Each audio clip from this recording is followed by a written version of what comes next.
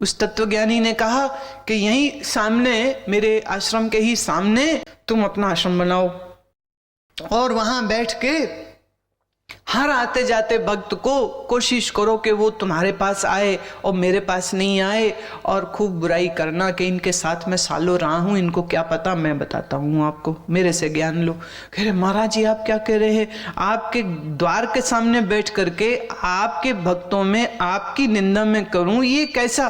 बोले तूने ही तो बोला ना कि मैं क्या करूं, तो यही कर तू। बोले कारण? बोले नहीं, बड़ी प्रसिद्धि हो गई, भीड़ बहुत हो गई, अब अपना बना बनाया ठिकाना छोड़ करके मैं कहां जाऊं, बुढ़ा हो रहा हूं, तो रहना तो मुझे यही है, पर अब मुझे भीड़ नहीं चाहिए, सो तेरी ड्यूटी यही है, यही कर। अब वो गुरु आज्ञा का पालन करते हुए उसने सो किया। दिल ही दिल में वो रोता भी है कि गुरु ने कैसा आदेश मुझे दिया, और दिल ही दिल में प्रसन्न भी हो कि मेरा गुरु कैसा महान है कि अपने हाथ से स्वयं अपनी निंदा करवा रहा है और मुझको प्रसिद्ध करा रहा है, मुझको प्रसिद्ध करा रहा है और अपने आप को छोटा दिखा रहा है। ये गुरु की कैसी लीला है। पर भगवान कह रहे हैं निंदा करने वाले और निंदा सुनने वाले पाप के भागीदार होते हैं। संत को इसलिए अपनी निंदा से कभी घबराहट नहीं होती है, और वो संत ही क्या जो अपनी निंदा सुने और रोए बैठ के, है दुनिया मेरे लिए ऐसे बोलती है, क्यों बोलती है? बोलती है, हाँ बहुत अच्छी बात है, खूब बोलिए। एक जैन गुरु के पास जवान थे गुरु, एक दिन पूरा गांव जो बड़ी उनकी पूजा करता था वो उनसे लड़ने आ गया। भाई क्या हो गया? एक कन्या ने कह दिया कि मुझे गर्भवती इसने बनाया। अब सारा गांव लड़ने आ गया कि तुमने ये क्या हरकत कर दी। जब बच्चा पैदा हुआ तो लाके उसके यहां रख गए, पालो इसको, और बड़ी निंदा और बड़ा अपमान। तो उसने अपने पास बच्चे को रख लिया। अब थोड़े दिन तो निकले जैसे तैसे, लेकिन अब इस कन्या से रहा ना जाए, अपने बच्चे से अलग मां कैसे रहे।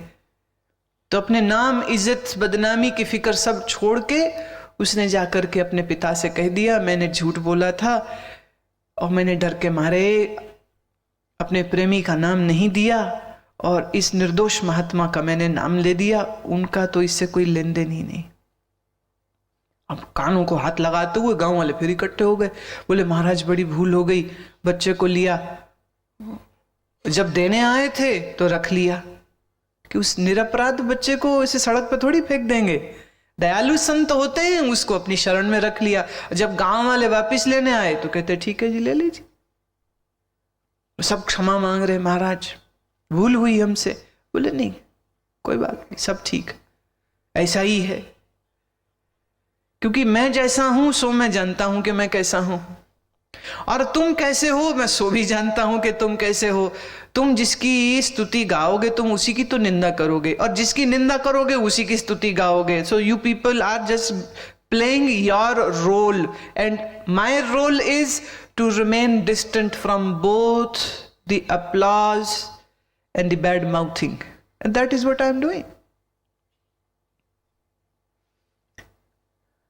कोई भला कहो कोई बुरा कहो, हम तन दियो है डार, लोगन की चतराई उपमा तय बै संतर डार। देखिए ये बात बहुत कीमती है, इसको बहुत ध्यान से सुनिए, समझिए। निंदा न सुनना, निंदा न करना। कोई भला है तो अपने घर, कोई बुरा है तो अपने घर, कोई महात्मा है तो अपने घर, कोई चोर है तो अपने घर। तुमने क्या लेना भाई किसी से। भूतेषु दया, सर्वभूत प्राणियों पर दया करना। अलोलुप्त्वम, इंद्रियों का विषयों के साथ संयोग हो। देखिए वो ये नहीं कह रहे संयोग ना हो, वो कह रहे इंद्रियों का विषय से संयोग हो, और तो भी तुम्हारे मन में लार न टपके। एक तो वो लोग हैं जो कहते भोगों से भाग जाओ, डरपोक। एक वो है जो भोग को खा रहा है, भोग को पी रहा है, भोग भोग रहा है, पर भोग भोगते हुए पर भी भीतर में अभोक्ता, असंग साक्षी है।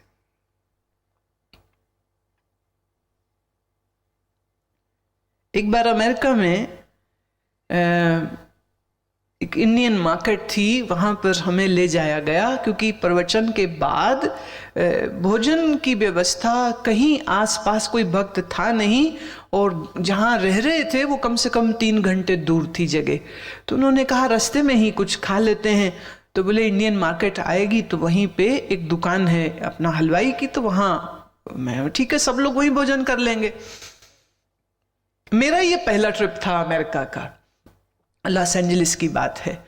तो जैसे वहां पहुंचे तो मेरे संपर्क में जितने कुछ प्रियजन थे या मित्र थे, तो उनमें एक महात्मा से जो मेरी बड़ी दोस्ती थी, तो मुझे लगा उनके लिए कुछ भेंट लेके जाए। तो हम, वो दुकान थी पास में एक स्टोर, तो हम उसमें चले गए। वो स्टोर भी इंडियन का था। वहाँ मैंने चीज़ें देख रही थी कि उनके लिए क्या ठीक रहेगा। मुझे एक टॉर्च पसंद आ रही थी, क्योंकि जहाँ वो रहते थे वहाँ लाइट की बड़ी दिक्कत, तो रात वो अंधेरे, वो टॉर्च से शौच भी जाना है तो टॉर्च ज़रूरी था बड़ा। तो लगा एक अच्छी टॉर्च ले लेते हैं। तो इलेक्ट्रिकल सॉकेट से जो चार्ज हो जाती, इस तरह की बैटरी मैं पसंद कर रही थी। तो एक सज्जन जो वहाँ सेल्समैन का काम कर रहे थे, उन्होंने मुझे देखा, और देखते ही मेरे ऐसे इस तरह रंग के कपड़े पहने हो तो अंदाजे लगाने में देर नहीं लगती है कि भाई कोई साधु संत टाइप के लोग हैं ये। तो मुझे वो कहते जी अच्छा आप यहाँ पर, मैंने कहा हम तो यहाँ सत्संग करने के लिए आए हैं, एक गुरुद्वारे में है, वहाँ पर कार्यक्रम चल रहा है। कहते अच्छा। तो मेरे गले में एक सोने का चेन था, सोने का चेन था, उसमें शायद वो गुरु नानक का चेहरा एक तरफ और दूसरी तरफ एक ओंकार, ऐसा एक लॉकेट था। तो उस इंसान ने बड़े सरलता से मेरे से पूछ लिया, कहते तो आप फिर ये सोने का चेन क्यों पहन रहे हैं, आपको तो नहीं पहनना चाहिए। मैंने कहा श्रीमान जी आपने बात बिल्कुल सही कही है कि जिसका भगवा कपड़ा हो उसको सोने का चेन नहीं पहनना चाहिए, आभूषण नहीं पहनना चाहिए। पर मैंने कहा हम थोड़े डिफरेंट टाइप के साधु हैं। बोले जी मैं, हाँ हम थोड़े डिफरेंट टाइप के साधु हैं, नई नई वैरायटी मेरे से ही शुरू हुई है। और ये जो वैरायटी है साधु की, ये वो साधु होती है जो अपने प्रेम और अपने से जुड़े हुए भक्तों के भाव का अनादर नहीं करते। और मेरे किसी भक्त को ऐसा भाव उठा और अपने भाव अनुसार उन्होंने आज ही हमें पहनाया और हमने पहन लिया, क्योंकि हमने संसार का त्याग नहीं किया। हम तो त्यागी नहीं। कहते हैं नहीं अभी भी समझ नहीं आई। मैंने कहा चल तू एक काम करियो, तू ना भगवत गीता पढ़ी कभी? कहते जी घर में रखी तो हुई है। मैं चल खोल लेना उसको, उसे खोलना और अमुक अध्याय का अमुक श्लोक पढ़ना तो तुम्हें समझ लग जाएगी। क्या है? अलोलुप्त्वम।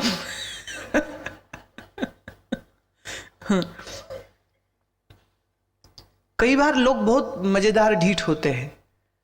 तो कहते ठीक है भी किसी ने दिया आपने ले लिया, तो कोई आपसे मांगेगा तो आप दे दोगे? मैं हाँ दे देंगे। तो कहते फिर मुझे दे दीजिए।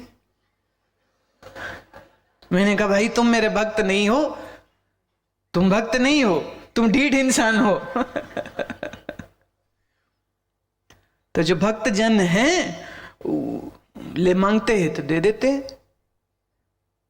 पर ये आदान प्रदान प्रेमी का है, ये आदान प्रदान भक्त का है, ये तमाशा भी नहीं करने वाले का नहीं है। तूने सवाल पूछा, टेढ़ा सवाल पूछा, उसका उत्तर मैंने दे दिया, यही बहुत समझ।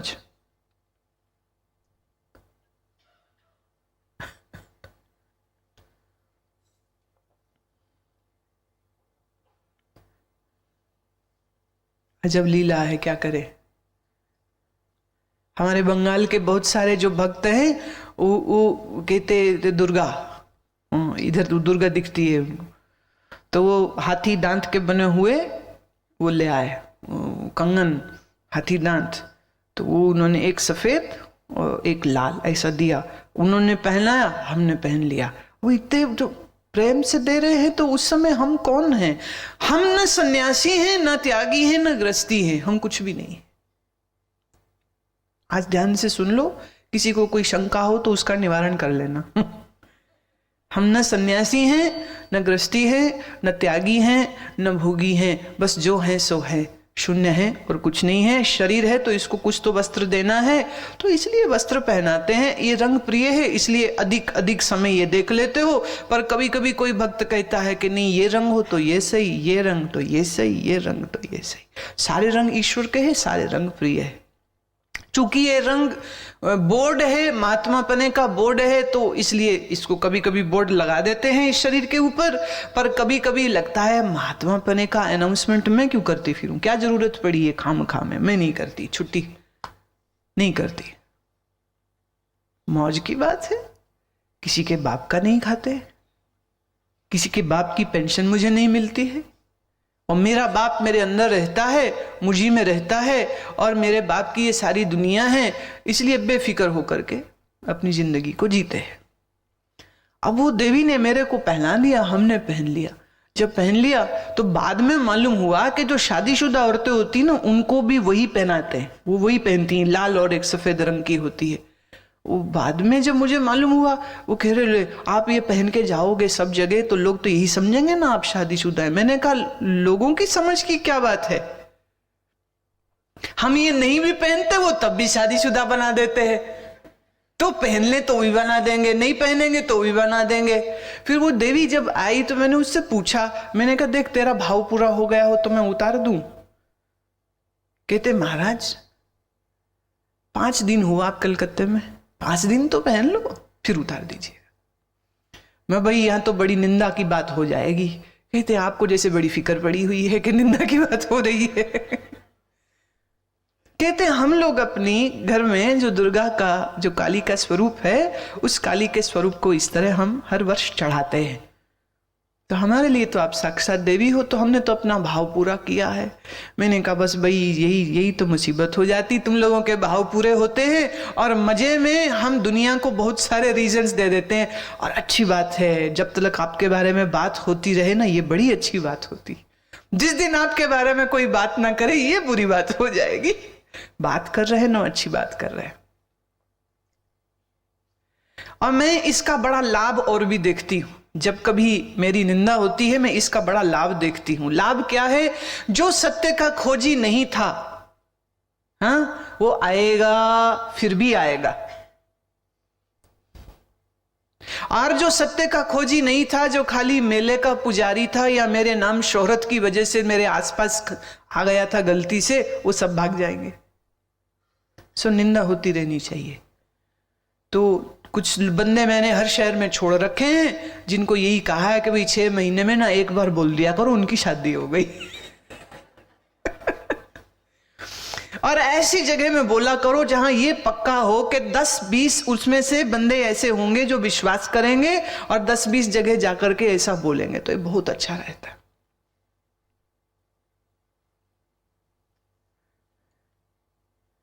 व्यंग की बात है, मुझे इस तरह बंदे रखने की कोई जरूरत नहीं, वो काम अपने आप ही हो रहा है। और ये मेरे लिए बड़े लाभ की बात होती, बहुत लाभ की बात होती। ये मेरा दृष्टिकोण है, पर इसका अर्थ ये नहीं है कि तुम निंदा करते रहना।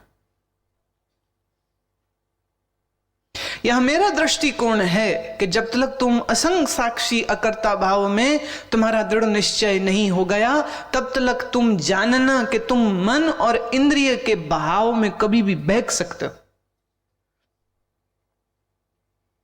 इसीलिए हमारे ऋषियों ने यह वचन दिया कि आप इस बात का सदैव ध्यान रखें, सदैव जब भी कुछ खाओ पियो भोगो, तब उस समय अपने मन पर दृष्टि रखो कि क्या मन में वासना जगी कि नहीं, क्या मन में लोभ जगा कि नहीं, क्या मन ने उस वस्तु के साथ अपनी पकड़ बनाई कि नहीं।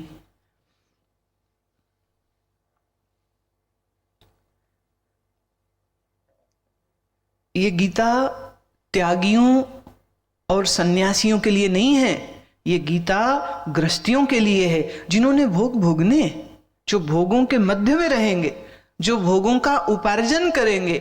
और भगवान कह रहे हैं भोगों का उपार्जन खूब करो और भोग को भोगो भी, पर इस बात का ध्यान तुम्हें रहे कि आनंद स्वरूप तो कृष्ण ही है, ब्रह्म ही आनंद स्वरूप है, और ये विषय मुझको वह आनंद दे नहीं सकते, चाहे कितनी कोशिश कर ले। 10 रुपए हो कि 10 करोड़ रुपया हो, यह आपको ब्रह्मानंद नहीं दे सकता है। मोटी मुटल्ली तुम्हारी पत्नी हो कि विश्व की सुंदरी तुम्हारी पत्नी हो, उसकी देह भी तुमको ब्रह्मानंद नहीं दे सकती है। तू स्वयं कितना ही सुंदर क्यों ना हो, विश्व विजयी सौंदर्य प्रतियोगिता में तू विजेता क्यों ना रहा हो, तो भी तेरी देह अमर नहीं है, तो भी तेरी देह है तो मिट्टी की। इसी प्रकार सब विषय, सब पदार्थों को विवेक की दृष्टि से देखते हुए भोगे संसार को, मनाही बिल्कुल नहीं है। ब्याह करना है जरूर करो, करना चाहिए ब्याह। देखिए अगर हमारी तरह ब्याह नहीं कराओगे तो दुनिया कराती रहेगी ब्याह, तो अच्छा है एक ही बार कर लेना चाहिए, ठीक है ना। एक बार ब्याह कर लोगे तो बात खत्म हो गई, ये मेरा श्रीमान, मैं इसकी श्रीमती, बात खत्म हो गई। अब सब जगह मिस्टर एंड मिसिस बन के घूमो, कोई बार बार शादी तो नहीं कराएगा, है ना। शादी करनी जरूर करो, अच्छी बात है। आपको जीवन संगिनी, जीवन साथी मिलता है जिसके साथ आप अपनी शरीर की यात्रा को जीते हो, संसार गृहस्थी बसाते हो, और आनंद पूर्वक सुबह शाम में दान, क्षमा, स्वाध्याय, दमन इत्यादि यज्ञ, कर्म इत्यादि को करते करते करते जीवन में श्रेष्ठ श्रेष्ठ श्रेष्ठ श्रेष्ठ होते तुम चले जाओगे। कितनी बढ़िया बात है। किसने कहा शादी नहीं करनी चाहिए? जरूर करनी चाहिए। अपने जीवन को मार्दवम, कोमलता से जिए। हरि, लोक और शास्त्र के विरुद्ध आचरण में लज्जा, अचापलम, व्यर्थ चेष्टाओं का अभाव होना चाहिए। जब दूसरों से व्यवहार करे तो बड़ा कोमल रहे, पर अपने लिए खूब कठोर हो, तभी दमन कर सकेगा, तभी स्वाध्याय कर सकेगा, तभी यज्ञ कर सकेगा। अगर अपने लिए कोमल हो जाएगा तो साधना कैसे करेगा? दूसरों के लिए कोमल, अपने लिए कठोर। नियम का पक्का, विवेक का पक्का, ज्ञान का पक्का, श्रद्धा का पक्का, बिल्कुल कोई डिगा नहीं सकता उसको, कोई हिला नहीं सकता उसको। और संसार में अपनी तरफ से ऐसा कोई आचरण नहीं करता है जिससे वो शास्त्र विरुद्ध कर्म करे, शास्त्र विरुद्ध कुछ ना करे। अपनी तरफ से अपने जीवन को सुंदर रखे, सुंदर जिए। अपनी तरफ से साधक कोई ऐसा कर्म न करे जिसमें वो लोक निंदा का पात्र हो, परंतु अपने शुभ मार्ग पर चलते हुए अगर संसार उसकी निंदा करे तो उसको भी वो सहज स्वीकार करे। याद रखना इस रहस्य को, ये बड़ा काम आएगा। तुम भी बड़े चिल्ला पड़ते हो, कोई तुम्हारी बुराई कर दे, अगर तुम्हें ये सार बात याद रह गई कि जब जब कोई तुम्हारी निंदा करता है तो तुम्हारे पाप ले जाता है, और जब जब कोई तुम्हारी तारीफ करता है तो तुम्हारे पुण्य क्षीण होते हैं। साधक को, महात्माओं को इस बात से परवाह नहीं होनी चाहिए। कभी कभी देखिए आपके जीवन में ऐसा संजोग आता है, तुम कह सकते हो कि भाई गुरु निंदा हमसे सुनी नहीं जाती, कोई आके हमें सुनाए तो हम क्या करें। अरे भाई क्या करना है, जो वो कह रहा है ना उसको कह लेने दो, और उसको कहो हाँ महाराज आपकी नज़र तो ऐसी ही है, सो आपको तो ऐसा ही दिख रहा होगा, शायद आपकी नज़र में सही हो। लेकिन जिसका निश्चय अपने अडिग हो, बहुत प्यारी कथा कहती हूं। रामकृष्ण परमहंस को मिलने 2 नौजवान आए। कुछ देर बैठने के उपरांत उन्होंने कहा, ठाकुर आज नाव में आते हुए बड़ी भीड़ थी और कुछ लोग आपकी निंदा कर रहे थे, और मैंने तो बहुत जोर से लड़ाई करी और उन लोगों को बहुत जोर से बड़ी बड़ी बातें मैंने सुनाई जो आपकी निंदा कर रहे थे। रामकृष्ण ने उसको डांटा। रामकृष्ण ने कहा, जो लोग मेरी निंदा कर रहे थे वो मुझे जानते नहीं, और अगर तू मुझे जानता है तो तुम्हें लड़ने की जरूरत क्या थी? कोई सोने को पीतल कहे तो तुम लड़ लड़ के साबित थोड़ी कराओगे। तुम कहोगे मूर्ख है, उसे नहीं पता, उसके पास वो आंख नहीं है। अगर तू मुझको जानता है कि मैं कैसा हूं, मैं कौन हूं, तो तेरी श्रद्धा अडिग तभी मानी जाती जो तुम उस बात को गौर भी ना करते, और अधिक से अधिक बस इतना ही कहते कि कभी मिले हो क्या उनको, कभी मुलाकात की है उनसे, एक बार मिल लेना, एक बार जरूर मिल लेना। मिल लेने के बाद अपनी राय स्थापित करियो। जो निंदा करता है अक्सर वो कभी मिला नहीं होता, अक्सर वो मिला नहीं होता है। रामकृष्ण को निंदा करने वाले वो लोग मिले नहीं कभी। ऐसे ही सुनी सुनाई बात को उन्होंने सच मान लिया, और सुनी सुनाई बात को व्यर्थ चर्चा करने वाले लोगों की बात को तुमने इतना महत्व दिया कि तू उनसे लड़ा, तू मूर्ख है। और रामकृष्ण बड़ी खड़ी बोली बोलते थे, गाली भी खूब बोलते थे, और खूब गालियां उसको सुनाई उन्होंने कि तू क्या साबित करना चाह रहा है, तू मेरा बड़ा भक्त है, तू मेरा भक्त नहीं है। तेरे मन में कहीं ना कहीं ये सब शंकाएं थी, इसीलिए तो तू तिल मिला गया। अगर तू वास्तव में मुझे जानता तो तू जरा भी गौर न करता उस बात को। उल्टे जब कोई बुराई करे और तुम डिफेंड करने की कोशिश करो तो वो वाद विवाद शुरू हो जाता है, बात बड़ी लंबी खिंच जाती, बड़ी लंबी खिंच जाती है बात। तो लंबी काहे खींचनी, समय व्यर्थ क्यों करना। भगवान कहते हैं व्यर्थ चेष्टाओं को नहीं करना चाहिए। तीसरा श्लोक, तेजः क्षमा धृतिः शौचम अद्रोह नातिमानितः भवन्ति संपदं दैवीं अभिजातस्य भारतः।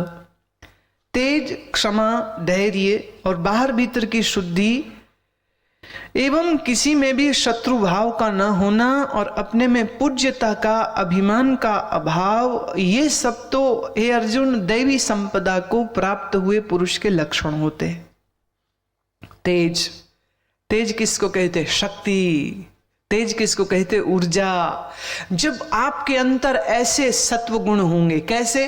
हम पिछले श्लोकों में जो सुन चुके हैं, ये जब गुण तुम्हारे अंदर होंगे तो तुम्हारे शरीर में ऐसी दिव्य तेज, ऐसी दिव्य ऊर्जा का जन्म हो जाएगा जो अपने आप में ऐसा तुम्हें कांतिमयी, तेजोमयी बना देता है। तेज, क्षमा, धैर्य, शौच, अद्रोह। अद्रोह किसी से शत्रुता नहीं। जो मेरे लिए अच्छा कहें उनसे मैत्री नहीं, जो मेरे लिए बुरा कहें उनके लिए मन में कटुता नहीं। तभी तो असंग रहोगे। ये मेरा दोस्त है, ये मेरा दुश्मन है। कभी दोस्तों को याद करोगे, कभी दुश्मनों को याद करोगे। एक बात स्वामी प्रकाशानंद जी की कहती हूं। वो मुझे कह रहे थे, कहते देखिए मैं तो सारा दिन अकेला ही रहता हूं, ना कोई आए ना कोई जाए, ना किसी से बात, पर हूं तो मैं भी मनुष्य ही ना, तो कभी कभी बात करने का जी होता। ऐसी बालवत सरलता से ये बात बोली कि मतलब हंसी छूट रही थी कि क्या, कैसे बात करते। मैं भी तो इंसान हूं ना, मेरा भी जी करता कभी मैं भी किसी से बात करूं। तो बोले जब मेरा किसी से जी करता है बात करने को तो फिर मैं भगवत गीता खोल लेता, फिर मैं भगवत गीता से बात करता हूं।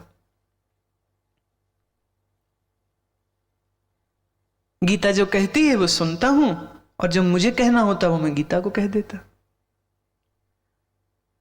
बोले जब गीता से बात करूंगा तो फिर याद भी तो उसी की आएगी, फिर स्मृति में भी वही आएगा, फिर स्वप्न में भी वही आएगा। तो मेरी मैत्री किससे? गीता से। इसको कहते स्वाध्याय, पढ़ने के लिए। वो कहते जिंदगी में मैं इतनी बार गीता पढ़ चुका हूं, इतनी बार पढ़ चुका हूं, इतनी बार पढ़ चुका हूं, एक एक श्लोक, एक एक श्लोक, एक एक श्लोक याद हो चुका, मेरे रक्त में दौड़ रही है गीता।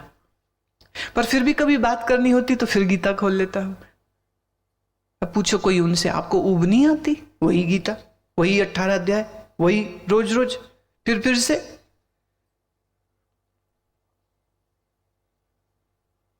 कुछ कहना हो तो गीता को कहता हूं, कुछ सुनना हो तो गीता की सुनता।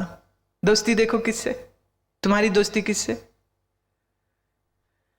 जुबान बोले बगैर नहीं रहती है, जुबान कुछ तो बोलेगी, ये जुबान कुछ तो बोलेगी। कहते जब बोलना ही है तो फिर मैं किससे बोलूं? क्या प्यारी बात। गीता से बोलता, कभी उपनिषदों से भी बोल लेता, कभी कभी गीता से और कभी कभी उपनिषदों से बोल लेता हूं, मेरी बातचीत हो जाती है।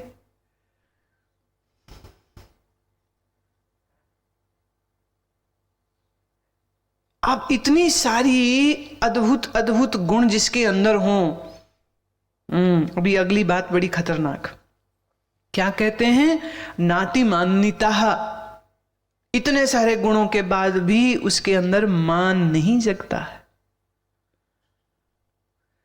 दया, स्वाध्याय, दमन, शुचि, यज्ञ, तप, जप, तीर्थम इत्यादि इतना सब कुछ करने वाले इंसान, पर उसके अंदर मैं श्रेष्ठ हूं, मैं पूज्य हूं, मैं बड़ा हूं, ऐसा भाव नहीं आता है। ऐसा भाव नहीं आता है। सरल रहता है। श्री भगवान कह रहे हैं, हे अर्जुन, ऐसी दैवी संपदा वाले व्यक्ति जो हैं उनके ये लक्षण होते हैं, ये लक्षण हैं उनके।